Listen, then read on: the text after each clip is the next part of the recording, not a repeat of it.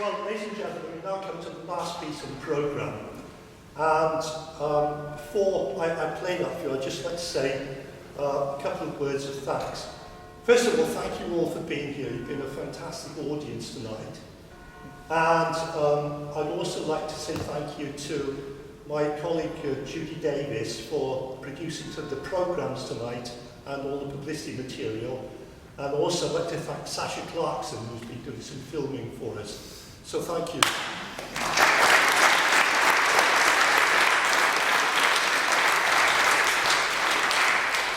Now, the Vino Toccata is the last movement of a major organ work by Charles-Marie Widor. It's actually the last movement of a 45-minute organ symphony.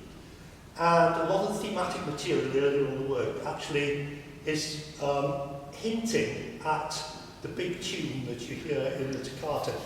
Like the Boilman toccata, this follows the same kind of pattern of a lot of very busy things going on in the manuals and a big tune in the pedals.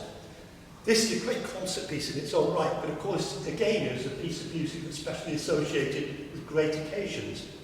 It was first, I think, introduced to audiences in this country at a wedding at York Minster in the early 1960s. It was played by Dr. Francis Jackson then. Also from the early 1960s, there's a very famous recording by Fernando Germani, the then organist of the Vatican, who made a wonderful recording of Selby Abbey.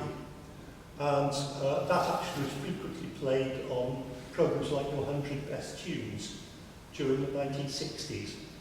It was then played at the wedding of Princess Alexandra, and it really caught on. One of the pleasures and privileges of doing a job like this is that one gets involved with so many different kinds of occasion. And one of those, of course, is weddings, and we get some very interesting, quite entertaining requests sometimes. Some of the audience will have heard this before, but at a chiropodist wedding once, we were asked for the hymn and did those feet in ancient time.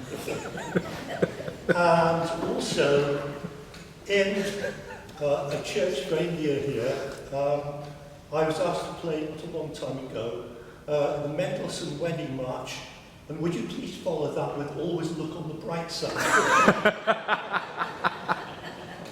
And a few years ago, a lovely bride-to-be came to me and said she got some lovely ideas for the music, and she couldn't remember the name of the piece that she wanted the service to finish on. So she said, could you play Vidal Staccato?